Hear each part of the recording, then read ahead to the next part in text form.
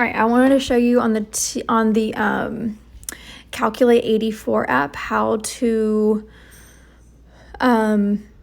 put in a data set and get stuff or data or information that you can help with your box and whisker plots. All right, so you're gonna go, first thing is you're gonna hit the stat button.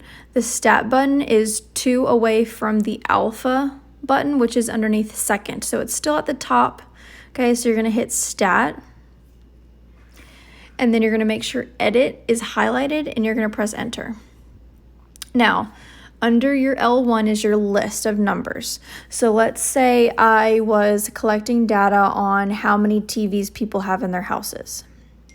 All right, I'm just gonna go ahead and put in some numbers like I did a survey. So I'm gonna say one person said they have 1 TV in their house.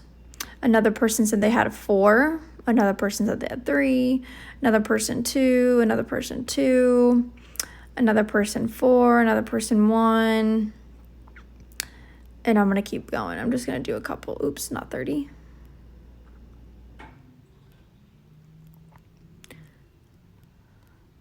Okay, so there is my data set.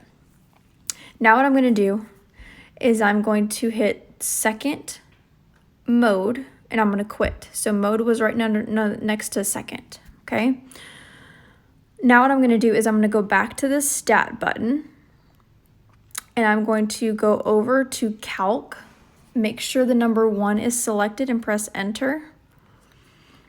And then make sure your list that you put in is under list. So I put in under L1, under list 1. I'm going to make sure my L1 is there, my list, and I'll press enter. Now you have everything you need. You have X bar, which is 2.09. Okay, so about 2.1. X bar is also your mean. Okay, so X bar is also your mean or your average. You have SX, which is your standard deviation. We'll talk about that in a little bit. You have sigma X, which is also a standard deviation. We're most likely going to be using this one. So sigma X is equal to 1.239. We'll talk about that in a little bit.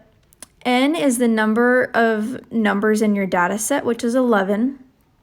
Your minimum value is 0. Your quartile 1 is 1. Your quartile 2 or your median is 2. Your quartile 3 is 3.5. Okay? It also has your max, which is 4. So there's a shortcut on how to find all of the stuff that you need for box and whisker plot in this calculator that you'll be able to use. Okay?